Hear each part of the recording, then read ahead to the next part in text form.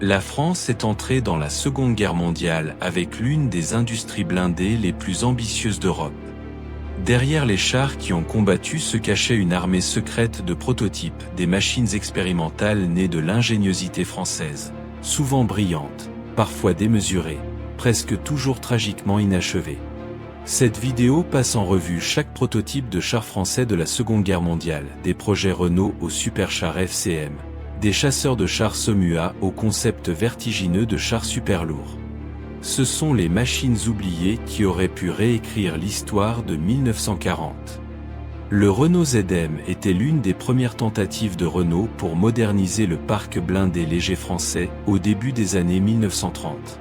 Conçu comme char léger d'accompagnement d'infanterie, il cherchait à dépasser les limites du vieillissant Renault FT.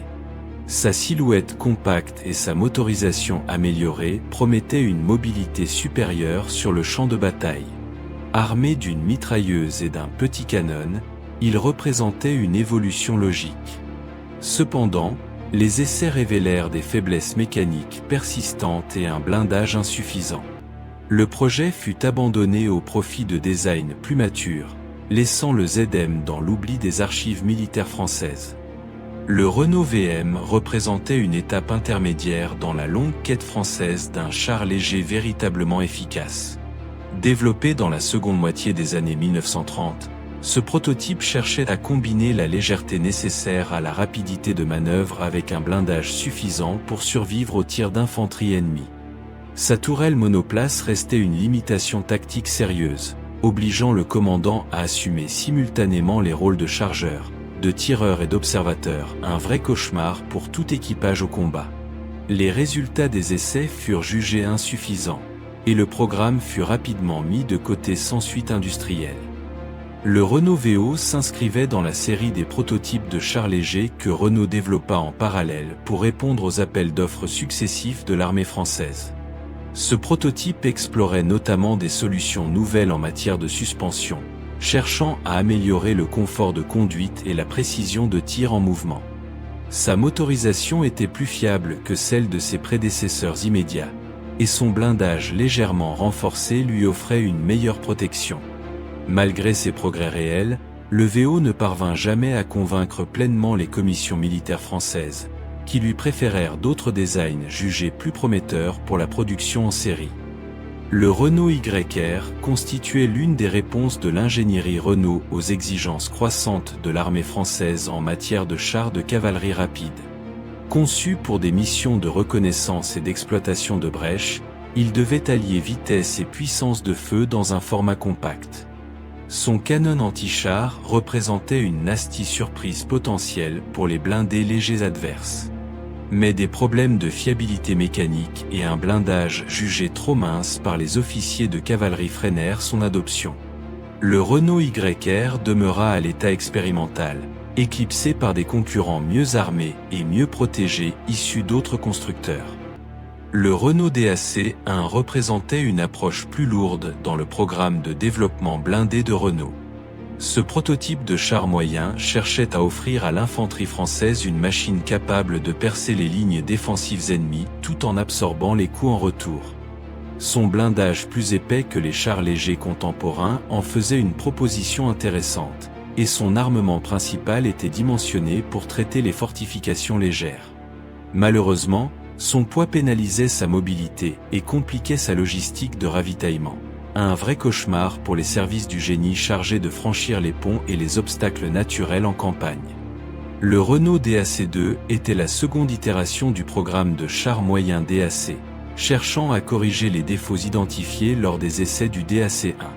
Les ingénieurs de Renault travaillèrent sur une meilleure répartition du poids, une suspension révisée et une protection améliorée des organes mécaniques vitaux. Ce prototype affichait une silhouette plus basse et plus agressive, conçue pour minimiser la surface exposée au feu ennemi. Son armement restait centré sur un canon capable d'engager les blindés légers et les fortifications de campagne. Comme son prédécesseur, il ne franchit jamais le stade des essais, victime des priorités industrielles et des contraintes budgétaires françaises. Le Renault G1R était la proposition de Renault dans le cadre du célèbre programme Char G1, le concours qui devait définir le char moyen de la prochaine génération de l'armée française. Pesant environ 35 tonnes, le G1R combinait un blindage frontal robuste avec un canon de 75 mm à haute vélocité, une combinaison capable de frapper la peur dans le cœur des divisions Panzer allemandes. Sa conception intégrait des leçons tirées des conflits contemporains en Espagne et en Chine. Renault était confiant dans ce design, mais la compétition était féroce. La défaite de juin 1940 emporta le programme avant toute décision finale. Le Renault R35 était le char d'infanterie français le plus fabriqué, mais il souffrait d'un canon court dont la pénétration était tristement insuffisante face aux blindés allemands. Le prototype R40 cherchait à corriger ce défaut critique en montant le nouveau canon SA-38 de 37 mm à haute vélocité, une nasty surprise potentielle pour tout Panzer léger croisant sa route. La suspension fut également entièrement repensée pour améliorer la mobilité sur terrain accidenté. Quelques dizaines d'exemplaires furent produits juste avant l'armistice, mais en nombre insuffisant pour peser sur les combats. Le R40 était exactement ce que le R35 aurait dû être dès le départ. Le Renault EE était à l'origine un petit transporteur de ravitaillement chenillé, conçu pour approvisionner les unités d'infanterie en munitions et en matériel léger.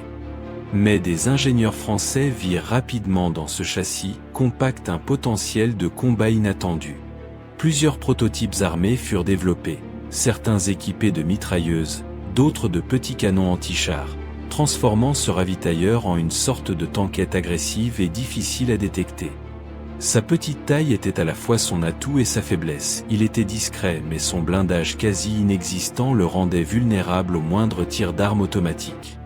Le projet ne connut jamais de production. L'AMX-38 représentait la vision la plus moderne de la France en matière de chars légers à la fin des années 1930. Conçu par les ateliers de construction d'Issy-les-Moulineaux, ce prototype affichait un blindage bien incliné pour maximiser la protection, une approche résolument en avance sur son temps. Sa motorisation diesel le rendait moins vulnérable aux incendies que les moteurs à essence contemporains. Armé d'un canon anti-char de 37 mm, il était parfaitement capable de neutraliser les Panzer légers allemands. Mais les délais de développement et la préférence de l'armée pour les modèles existants condamnèrent ce char prometteur à rester un simple prototype. L'AMX-40 était une proposition ambitieuse pour le programme de chars de cavalerie rapide de l'armée française. Plus lourd et mieux protégé que la plupart des chars de sa catégorie, il cherchait à offrir une protection digne d'un char d'infanterie avec la mobilité d'un char de cavalerie, un équilibre extrêmement difficile à atteindre avec la technologie des années 1930. Son armement principal, dimensionné pour engager les blindés ennemis à distance respectable, en faisait un adversaire redoutable sur le papier. Malheureusement, les essais révélèrent que sa masse compromettait sérieusement ses capacités tout-terrain. Le projet n'aboutit jamais à une commande de production. L'AMX Tracteur B faisait partie des projets de véhicules blindés lourds explorés par les ingénieurs AMX dans la seconde moitié des années 1930. Ce concept cherchait à développer une plateforme capable de servir de base à plusieurs variantes, chars de combat, chasseurs de chars ou véhicules du génie blindé. Sa structure robuste et sa motorisation puissante lui conféraient une bonne capacité de traction et de franchissement d'obstacles. Cependant, la complexité de sa conception et les exigences de production en faisaient un programme coûteux et long à développer. Les événements de mai 1940 mirent brutalement fin à toute perspective de fabrication. L'AMX Tracteur s'est représenté l'ambition la plus démesurée des ingénieurs AMX, un véhicule blindé lourd de conception articulée, destiné à franchir les tranchées larges et les obstacles les plus imposants du champ de bataille moderne. Sa configuration multicorps lui aurait théoriquement permis de traverser des coupures de terrain inaccessibles aux chars conventionnels. Mais sa complexité mécanique redoutable en faisait un vrai cauchemar logistique pour toute unité chargée de l'entretenir en conditions opérationnelles.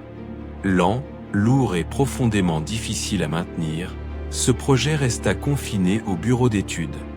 La réalité du combat moderne de 1940 n'avait aucune place pour une telle machine. Le Somua AC-3 était l'un des premiers prototypes de chars de cavalerie développés par la société d'outillage mécanique et d'usinage d'artillerie dans les années 1930. Il cherchait à définir les standards d'un engin rapide, bien armé et suffisamment protégé pour les missions de cavalerie mécanisée. Sa construction soudée, une innovation majeure pour l'époque, lui conférait une intégrité structurelle supérieure aux chars rivetés contemporains. Son armement anti-char représentait une menace sérieuse pour les blindés légers adverses. Des problèmes de motorisation et de fiabilité entravèrent cependant ses essais. Le programme évolua rapidement vers le successeur AC-4, laissant le AC-3 à l'état de jalon technique. Le Somua AC-4 était l'évolution directe et améliorée du AC-3, intégrant les leçons tirées des premiers essais.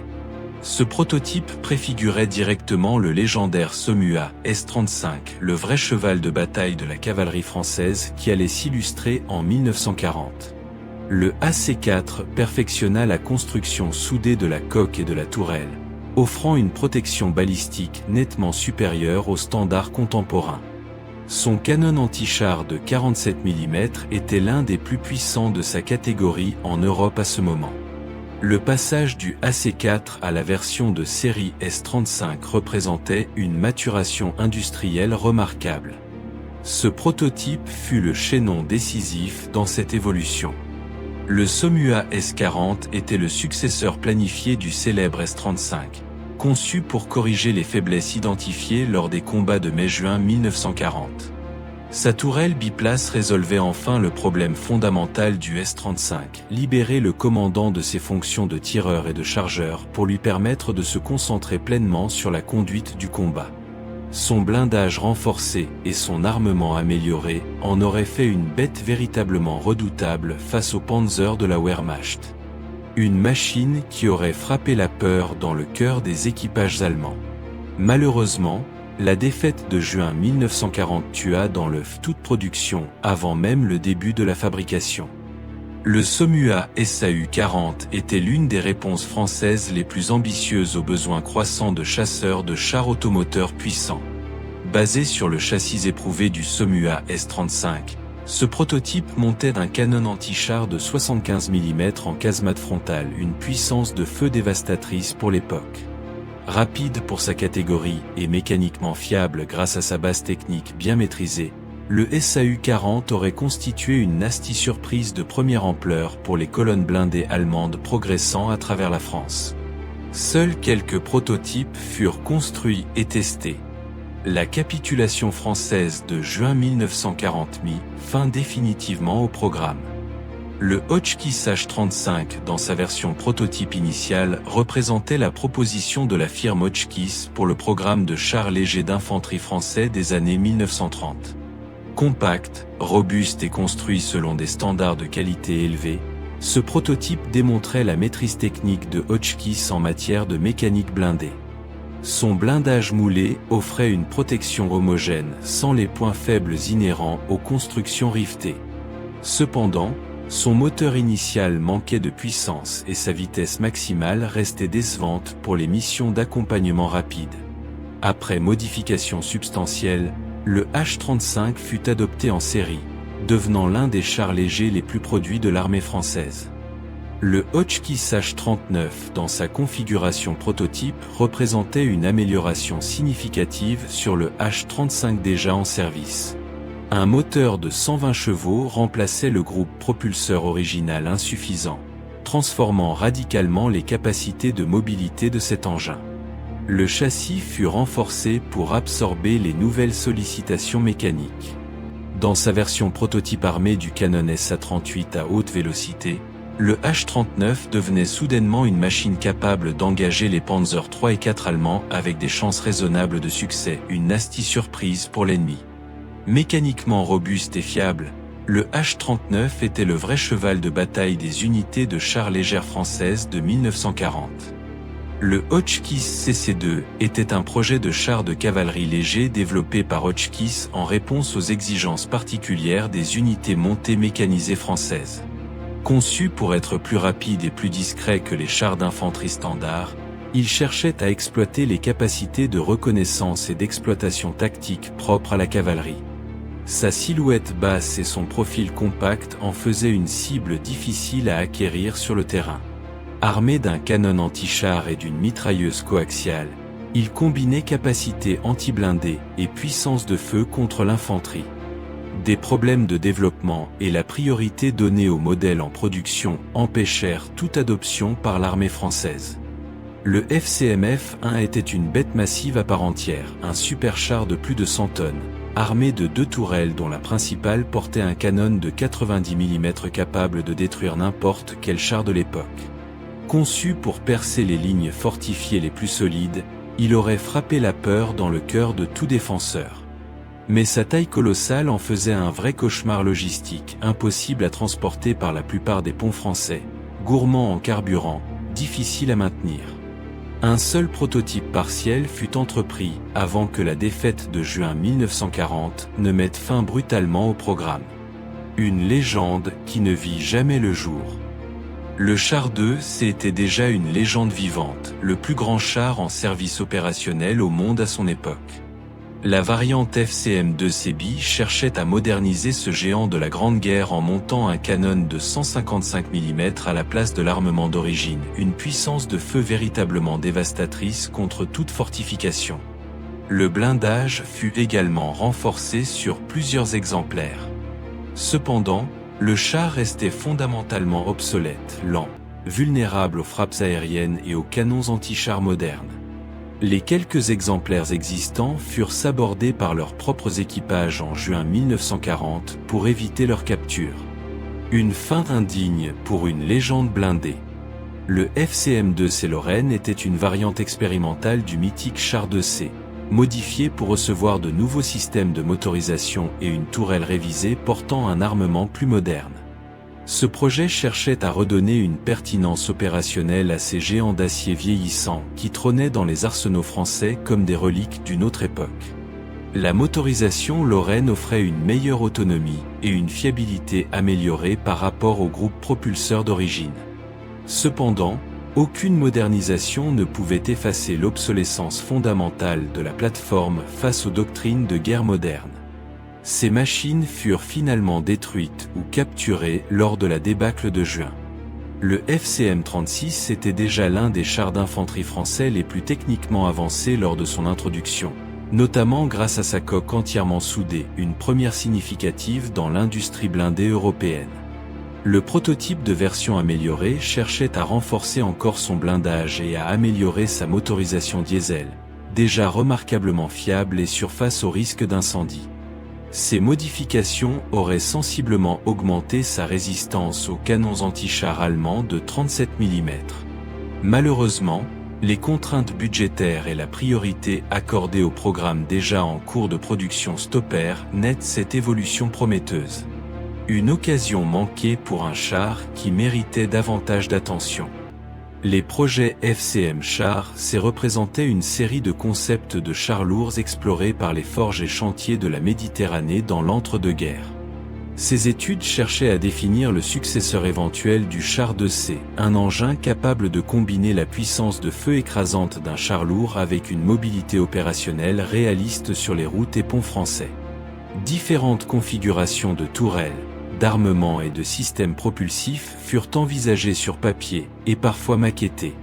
Certaines versions prévoyaient des blindages frontaux dépassant 100 mm d'épaisseur.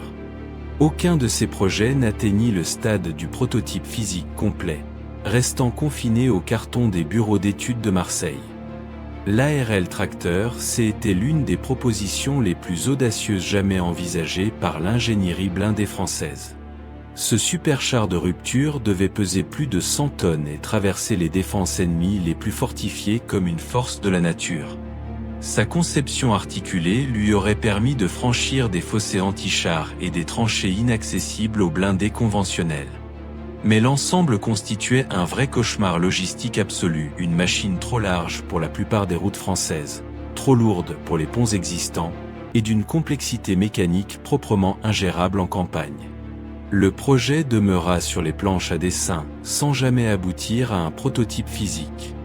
L'ARL Tracteur C 1939 était la révision tardive du projet original ARL Tracteur C, entreprise alors que les nuages de guerre s'assombrissaient définitivement sur l'Europe. Cette version actualisée intégrait les dernières réflexions des ingénieurs français sur l'architecture optimale d'un char de rupture massif. De nouveaux systèmes de propulsion et une répartition de blindage révisée étaient au programme. Certains documents suggèrent des blindages frontaux de plus de 120 mm, de quoi frapper la peur dans le cœur de tout artilleur anti-char ennemi. Mais la rapidité foudroyante de l'invasion allemande rendit toute décision de production définitivement impossible. Le projet périt avec la République. L'ARL V39 était l'un des chasseurs de chars automoteurs les plus puissants jamais conçus par la France avant sa défaite. Monté sur un châssis lourd spécialement développé, ce prototype portait un canon anti-char de 47 mm en casemate frontale, offrant une précision et une pénétration remarquables contre les blindés allemands.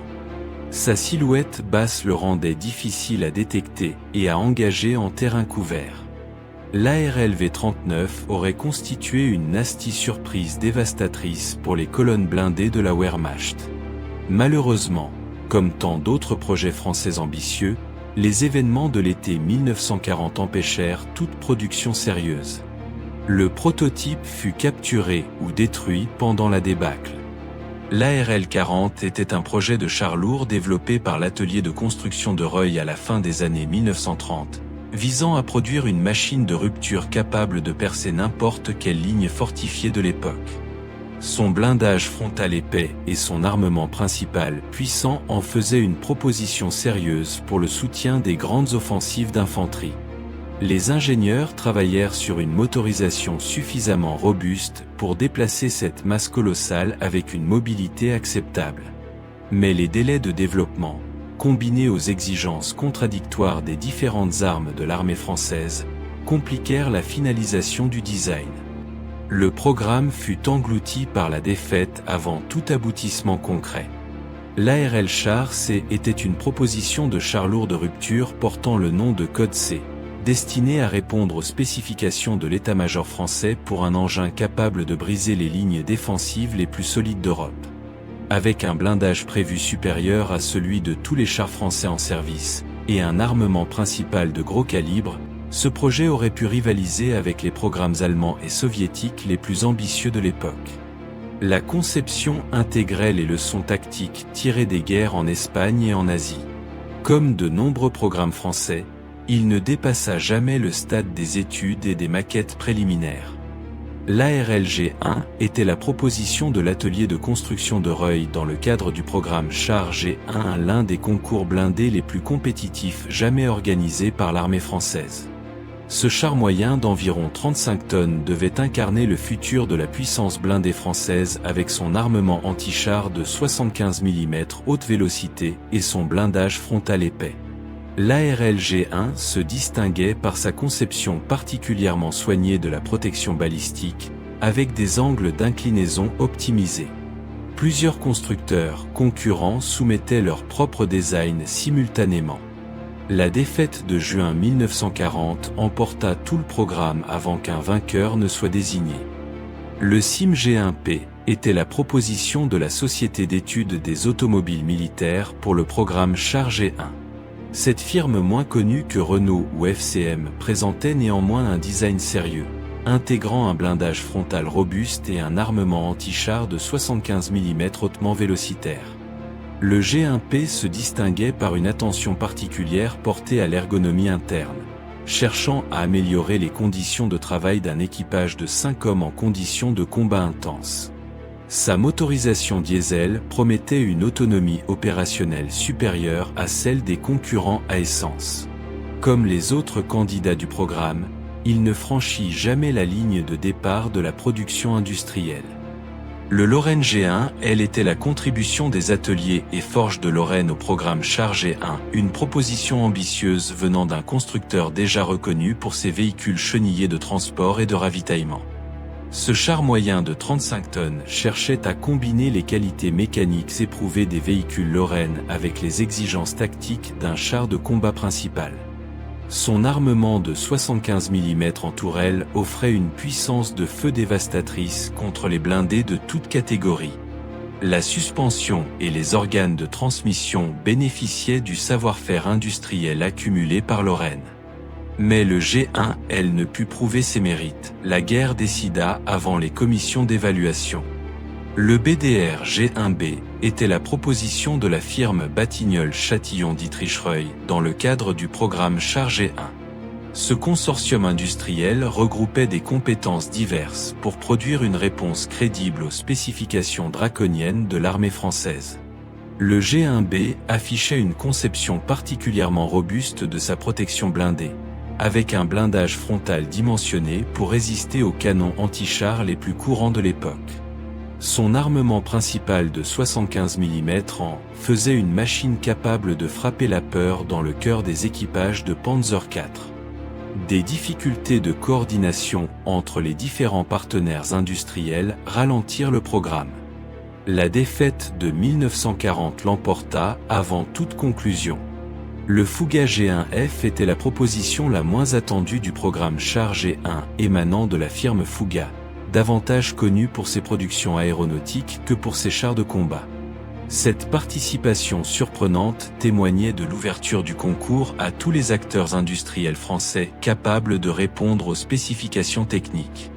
Le G1F proposait des solutions d'ingénierie originales, notamment dans la conception de sa motorisation et de sa transmission.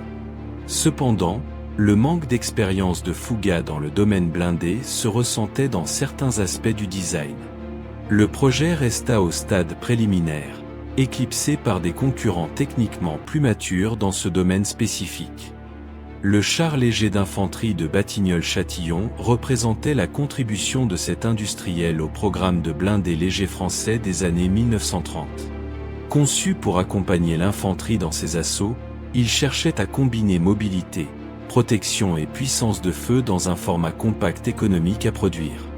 Sa construction intégrait des techniques industrielles modernes issues de l'expérience manufacturière de Batignolles-Châtillon dans d'autres secteurs. Armé d'un canon et d'une mitrailleuse, il était dimensionné pour nettoyer les positions d'infanterie ennemie et neutraliser les nids de mitrailleuses. Les essais démontrèrent un potentiel réel, mais la firme ne disposait pas de la capacité industrielle suffisante pour produire en série. L'automitrailleuse à vapeur de Batignolles-Châtillon était l'un des projets les plus singuliers et les plus anachroniques explorés par l'industrie de défense française, un blindé léger propulsé par un moteur à vapeur, concept qui semblait déjà dépassé dès les années 1920. Ce projet témoignait pourtant de la diversité expérimentale et parfois surprenante de la pensée militaro-industrielle française de l'entre-deux-guerres. La propulsion vapeur offrait théoriquement une grande discrétion acoustique et un couple élevé à basse vitesse, intéressant pour certaines missions spécifiques. Mais ses inconvénients pratiques, temps de chauffe, encombrement de la chaudière, vulnérabilité aux perforations condamnaient irrémédiablement le projet. Le DP2 était l'un des rares projets de chars amphibies explorés sérieusement par l'ingénierie militaire française dans les années 1930. Conçu pour franchir les cours d'eau et les obstacles aquatiques sans infrastructure de génie, il représentait une réponse aux besoins de mobilité tactique des unités de cavalerie mécanisée opérant dans les plaines fluviales d'Europe centrale. Sa coque étanche et ses moyens de propulsion aquatique lui permettaient de traverser des rivières à vitesse limitée. Armé d'une mitrailleuse et d'un canon léger, il restait combatif même après sa traversée. Les difficultés d'étanchéité et la compromission inévitable de la protection blindée freinèrent son développement jusqu'à l'abandon. Le DP3 était la seconde génération du programme de chars amphibies français, cherchant à corriger les défauts de son prédécesseur DP2. Les ingénieurs travaillèrent sur une meilleure étanchéité de la coque, un système de propulsion aquatique plus efficace et une stabilité accrue sur l'eau. La puissance de feu fut légèrement améliorée pour rendre le DP3 plus polyvalent sur le champ de bataille. Malgré ces progrès, les compromis inhérents à la conception amphibie blindage limité Forme de coque contrainte par les besoins de flottaison restaient des faiblesses fondamentales. L'armée française jugea finalement le concept insuffisamment mûr pour justifier une production, et le programme s'éteignit sans suite. Les ateliers de Lorraine développèrent plusieurs projets de chasseurs de chars automoteurs basés sur leurs châssis chenillés éprouvés. Tirant parti de la fiabilité mécanique de leurs transporteurs de ravitaillement en service, ces concepts cherchaient à créer des véhicules anti-chars rapides et discrets capables d'engager les blindés ennemis en embuscade. Certaines études prévoyaient des canons de 47 mm ou de 75 mm en casemate basse, réduisant au maximum la silhouette du véhicule. La relative légèreté du châssis Lorraine aurait conféré à ces chasseurs de chars une mobilité tactique supérieure aux chars conventionnels.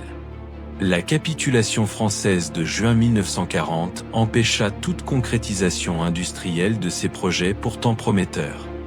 Lorraine, concept de canon automoteur. Au-delà des chasseurs de chars, Lorraine explora également le domaine des canons automoteurs d'artillerie, des véhicules blindés portant des pièces d'artillerie de campagne pour l'appui feu direct et indirect. Ces concepts anticipaient avec une remarquable clairvoyance les évolutions de la guerre blindée que la Seconde Guerre mondiale allait consacrer à grande échelle. Le châssis Lorraine, léger et fiable, semblait idéalement adapté à ce rôle de porteur d'artillerie automoteur.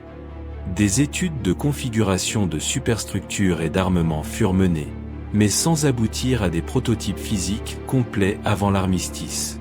Ironiquement, les Allemands exploitèrent plus tard les châssis Lorraine capturés pour construire leurs propres canons automoteurs. Le char bébé était l'un des projets de superchars français les plus ambitieux et les moins connus, un engin massif conçu pour dépasser en protection et en puissance de feu tous les chars existants dans le monde. Sa masse projetée dépassait les 70 tonnes, et son armement principal devait comprendre un canon de gros calibre capable de percer les fortifications les plus épaisses d'Europe. Le char bébé aurait été une bête d'acier véritablement intimidante sur le champ de bataille. Mais sa conception complexe, ses exigences logistiques colossales et les délais de développement associés rendirent le projet irréaliste dans le cadre temporel de la France d'avant-guerre. Le général Keller fut l'un des officiers français les plus obstinément convaincus de la nécessité des chars super lourds pour percer les défenses modernes. En 1939, il formula plusieurs concepts de véhicules blindés dépassant les 100 tonnes, armés de canons de marine reconvertis et protégés par des blindages d'une épaisseur sans précédent dans l'histoire terrestre. Ces projets vertigineux auraient représenté d'immenses bêtes d'acier, mais également des cauchemars logistiques absolus, impossibles à ravitailler, à transporter ou à entretenir dans les conditions réelles d'une campagne militaire. L'état-major français considéra ces concepts avec un mélange de fascination et de scepticisme. La guerre décida à leur place. Le projet de char de rupture de 70 tonnes représentait une tentative française de définir un engin intermédiaire entre les chars lourds conventionnels et les superchars impraticables comme le char bébé. Cette masse choisie cherchait un équilibre hypothétique entre puissance de feu, protection et faisabilité logistique. Armé d'un canon de 75 mm ou de 90 mm en tourelle principale, ce char aurait pu affronter n'importe quelle défense fortifiée de l'époque. Son blindage frontal devait résister aux tirs des canons anti-chars les plus puissants alors en service. Plusieurs bureaux d'études explorèrent cette piste sans jamais se mettre d'accord sur un design définitif, ni commencer la construction d'un prototype. L'armée française explora plusieurs concepts de chars de cavalerie légers capables de traverser les cours d'eau à la nage, des engins rapides combinant les qualités d'un char de reconnaissance avec une capacité amphibie naturelle. Ces projets répondaient à la réalité géographique de l'Europe centrale, parcourue de rivières et de canaux susceptibles de bloquer toute progression rapide. Un char capable de traverser ces obstacles sans attendre le génie représentait un avantage tactique considérable pour les unités de cavalerie mécanisée. Les difficultés techniques inhérentes à la compatibilité entre flottabilité et blindage constituaient un obstacle fondamental que les ingénieurs français ne parvinrent jamais à surmonter de manière satisfaisante. Adolphe Quégrès était le génie mécanicien qui avait inventé la propulsion semi-chenillée, une technologie qui révolutionna la mobilité tout-terrain des véhicules militaires français dans l'entre-deux-guerres. Plusieurs concepts de véhicules blindés semi-chenillés furent explorés sur la base de ces brevets, cherchant à combiner la mobilité hors route du chenillage arrière avec la maniabilité des roues directrices à l'avant. Ces engins auraient servi de blindés légers de reconnaissance ou de transport de troupes protégées. Moins coûteux à produire que de vrais chars, ils offraient une solution intermédiaire séduisante.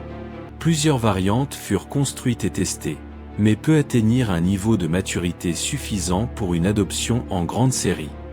Projet Berliet. Berliet, l'un des grands constructeurs de camions et de véhicules militaires français, explora également le domaine des blindés de combat pendant l'entre-deux-guerres.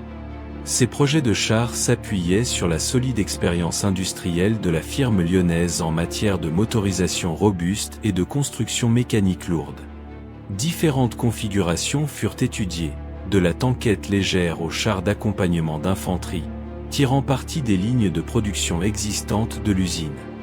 Berliet cherchait ainsi à diversifier son offre militaire au-delà des seuls transports.